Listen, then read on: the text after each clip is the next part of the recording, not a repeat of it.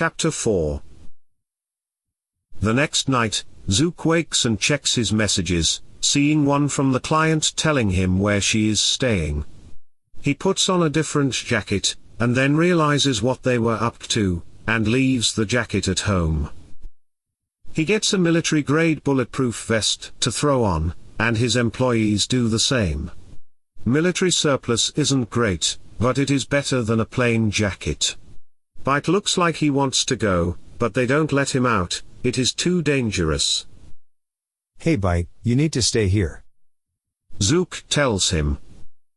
We are going to a bad place with bad humans. We'll see if I can make you stronger later on. A pack of angry German shepherds runs through Zook's mind, vampire blood-fueled, tough and strong, and it makes him smile thinking just how fun that might be.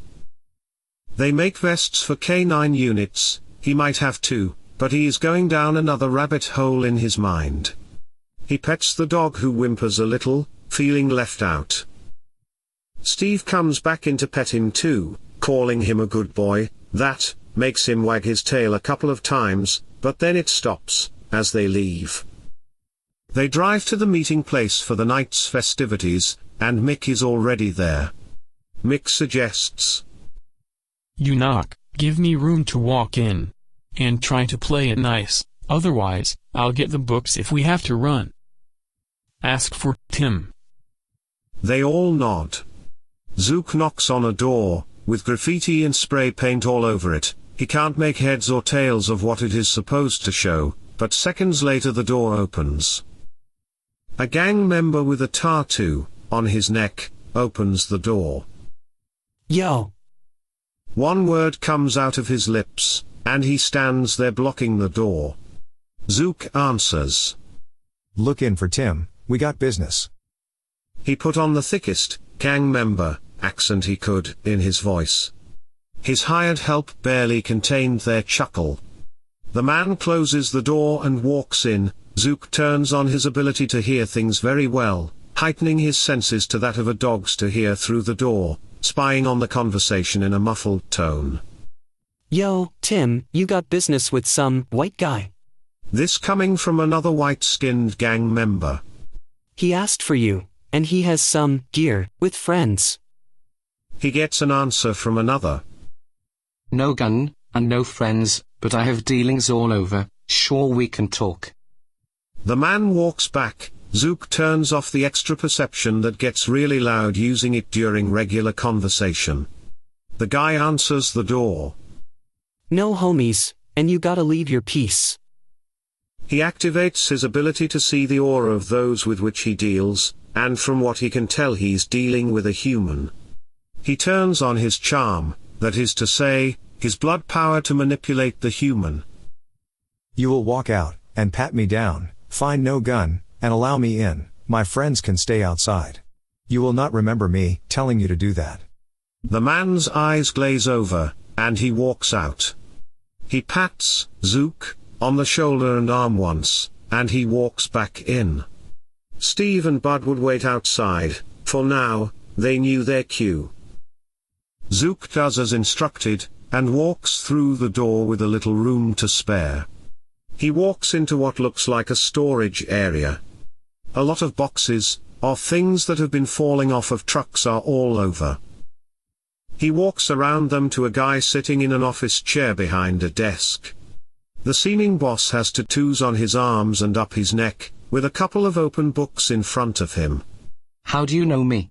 asks Tim, his eyes still down looking at the books, looking very much out of place for the scene. "I don't know you." Mutual friend, he told me we might have some business, and I am pretty sure we do. The man behind the desk looks up. Zook continues. Those aren't your books, they belong to a client of mine, and I think you should give them back. The other stuff you can keep. The man sits back in the chair, with one hand still on the book. "So, you were with the bitch who we took these from. I can tell it is another gang's money book, but I can't tell what it all means. Tell me." Zook looks around. He sees 5 men, but the biggest thing to check is probably the boss, so he checks his aura as passively as he can, answering quickly to spend some time. That bitch is a client of mine, and that isn't a nice thing to say. She would appreciate them back. Give them back and we won't have trouble. He can tell the boss is a ghoul, which partially worries him.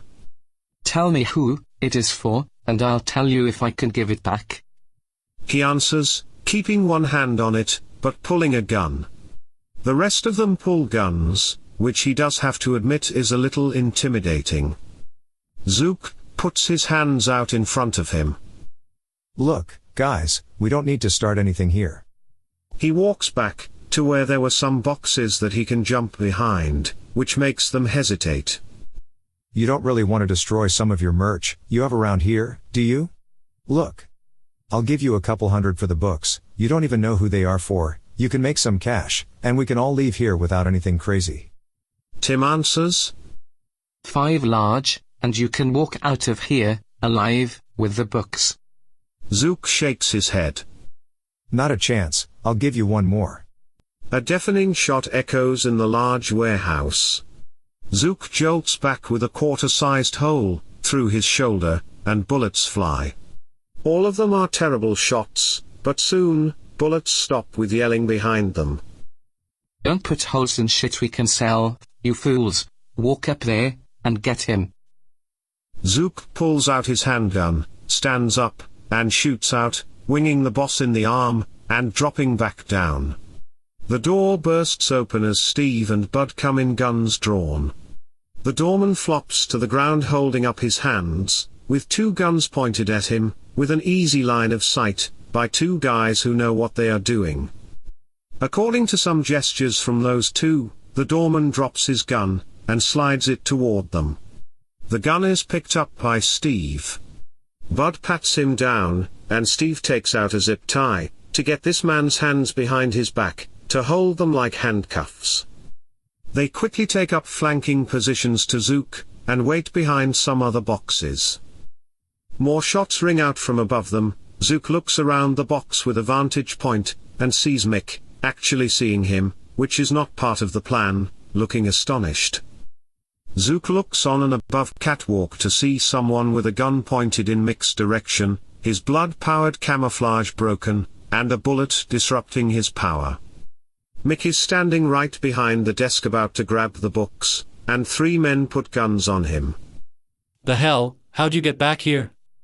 One of the other gunmen says, as a couple of bullets dig into Mick, and he darts behind another box, not able to get the books. Kill these mother.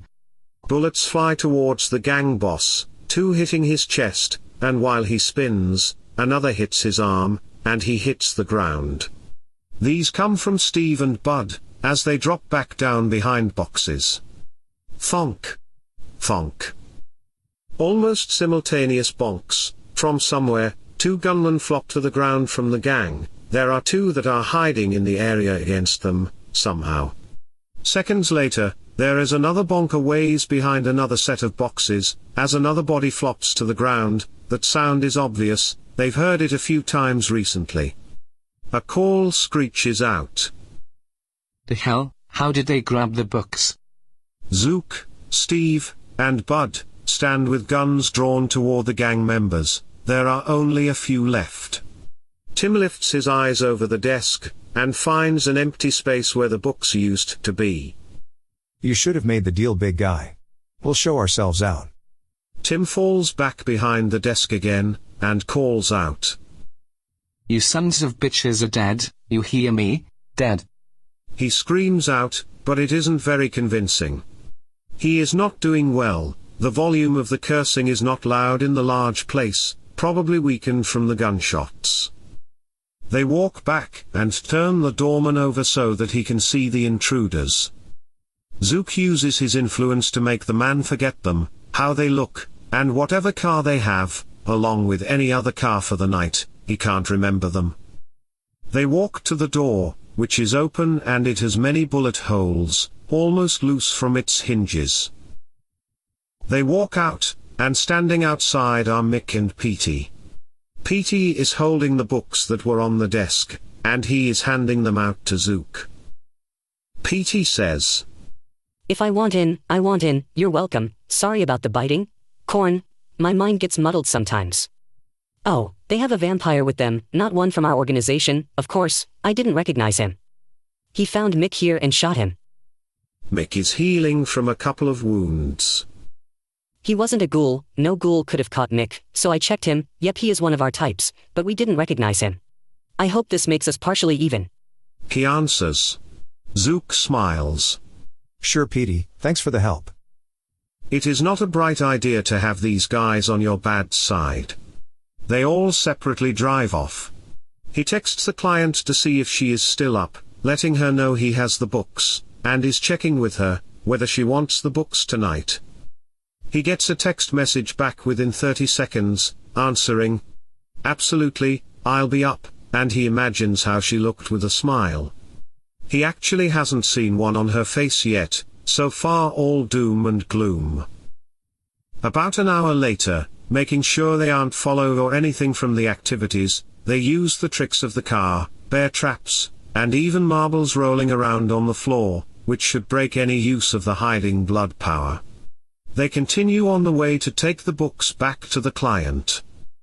They make it to the hotel, and Zook takes the books up alone, from the second floor of the hotel to the room from the text message. He knocks on the door frame lightly and gets no answer. He knocks again on the door, and the door opens a little bit without someone behind it. It opens on its own. Something isn't right. He pushes it open with the few books he had, and he draws his gun. Opening the door, he sees a white-painted hotel room, the door with a slight creak opening wider, to show a kitchenette, and a larger room with a bed. There are shadows in the room, which are a high contrast compared to the light that she has throughout her apartment, heightened the likelihood of a problem. He walks down the short hall of the hotel and looks to the left, seeing Patricia in a chair, with a rope around her chest and stomach, shaking and sweating, but still moving. He sweeps the room with his eyes and gun to the right, but the gun didn't react as quickly as the baseball bat a second away from his face as soon as he walked into the larger bedroom area. Whole lot of good that gun did for him. He goes cross-eyed seeing the bat hitting him in the face, and another bat swings to his back, bending him at an unfortunate angle. He is hit once, again, he loses the grip on his gun, and it, along with his hope, drops to the floor. There are two men with bats. They both take one of Zook's arms and stretch them out to prevent him from getting loose. He tries to struggle. Even from the bat hits they aren't too bad. He is a tough vampire in general, being able to take bullets and hits quite often. These guys are also strong, but he could tell they are humans. He feels the sweat on their arms, and they are breathing heavily. "Oh, Zook," another voice says near his client. "You have fouled this up a bit, haven't you? She did really make us nervous, and we really can't have her out of control, now, can we?" It is what looks like a man, about 20 years old from what he can tell, but probably not. His features are so bland though, so much like Zook's, that it makes him nervous, possibly meaning the use of a blood power or other magical ability.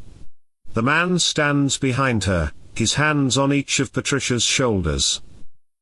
"We heard about her extracurricular activities, and can't have all that." Zook struggles some more, trying to get loose. He spends blood into his strength to try to get loose, and he feels more pressure on his arms and legs. Let go of her, what is all this?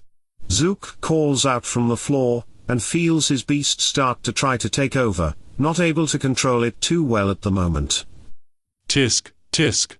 Don't try anything stupid, you are killing her." The man puts pressure from one hand on her shoulder, and uses a finger to twist her head to the side. Zook does what he can, to try to calm down, the man says in his calm and disturbing voice. "If she let us know of her situation, we could have helped her, but no. It is a shame really, she is quite..." The menace in his voice is palpable. Zook struggles some more, starting to feel a loosening grip from those who have him stuck to the ground like a helpless spider. Looking up, he sees the man, coldly, calculatingly, using one hand to press hard on her shoulder and neck, exerting more pressure, her eyes widened in surprise and pain. He then puts his arm around her in a chokehold. Zook is able to see, and feel her body's demand for breath plain on her face, starting to redden in color. Squeezing and twisting quickly to the side, an audible crack is heard through the growingly quiet room.